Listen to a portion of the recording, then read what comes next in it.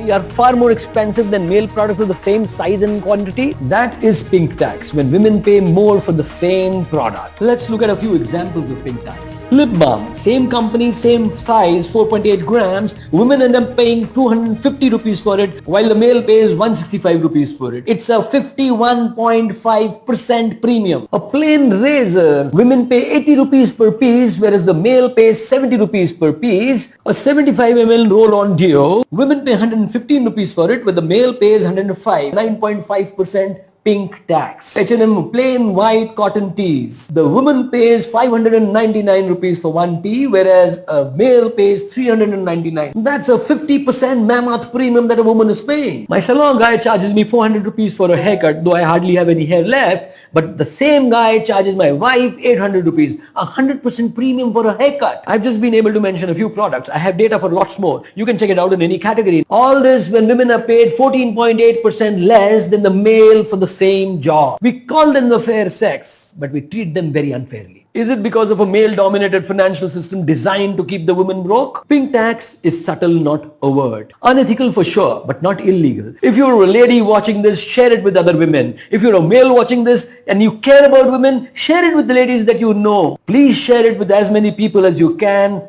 This viral video has sparked a debate on pink tax, a topic, a perception that was shoved under the carpet for far too long.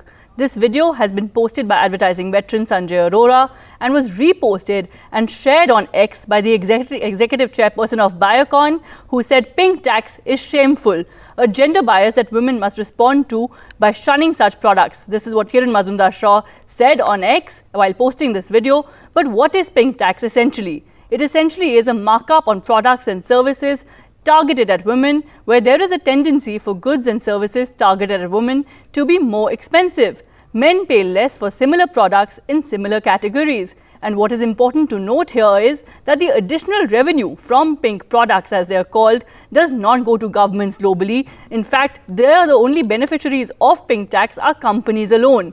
The UN has also called on nations to eliminate pink tax and said we must ensure women have full and equal access to economic participation at large. I'm joined by the man who has brought this debate to the centre stage, Dr. Sanjay Arora, advertising veteran, economist Mitali Nekor, and economist Sanchita Mukherjee. Thank you so much for joining us, all of you. First to you, Mitali. Clearly, women shunning products is not the only solution. No, absolutely, Sakshi. I mean, I think what is important is to understand that the pink tax is manifesting itself in this way because of gender stereotypes. You are able to sell these products at a higher price because women are conditioned to, taking up these products, taking up things which are in pink. There is a gender stereotype which companies are profiting off of. And the pink tax doesn't just come up in, products. It also comes up in services. In public transport even, our research shows that women are paying 35% more to commute from place A to B because they have to choose more expensive modes of transport like taxis as opposed to using cheaper modes. So this is manifesting across the board, you say. Sanchita Mukherjee, disparity more prevalent in personal care products as per reports. Your thoughts? Yes. What is a pink tax? I think the tax itself is a very misleading term here. It is not a tax which goes to the central government or state government.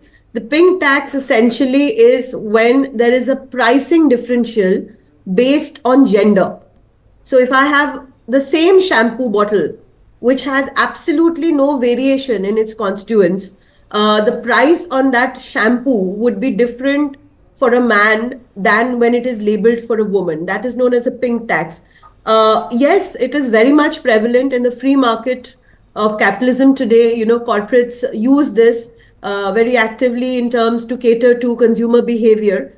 And it is very, very discriminatory because think about it, you are playing actually on the very fact that, women actually do not even, especially in a country like India, there's a huge income disparity. And then you land up paying more on a bottle of shampoo, which has the exact same constituent as that catering to men. So then your overall savings for the month reduces. So it is kind of unfair. What can be done? I think there is a guideline which has been there in the Ministry of Consumer Affairs dated 2017, which tells corporates to look at ethical behavior, more responsible behavior when you're pricing. Having said that, corporates, I think, need to be audited in terms of how they arrive at pricing on a product with full transparency, given that the constituents are the same, the ingredients are the same, but you're pricing it differently for men and women. Right, pricing it differently for men and women. Mithali, to you, regulation the way forward then?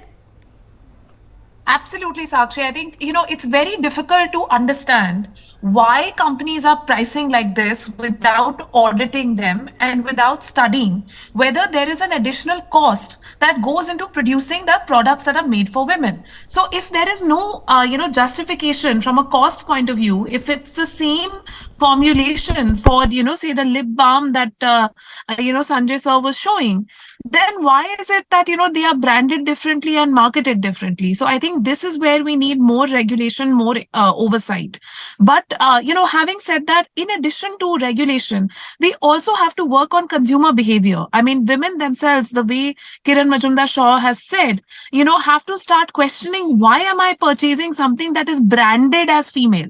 When we know it's the same product, why can't we purchase a razor that is branded for men? That's in our mind.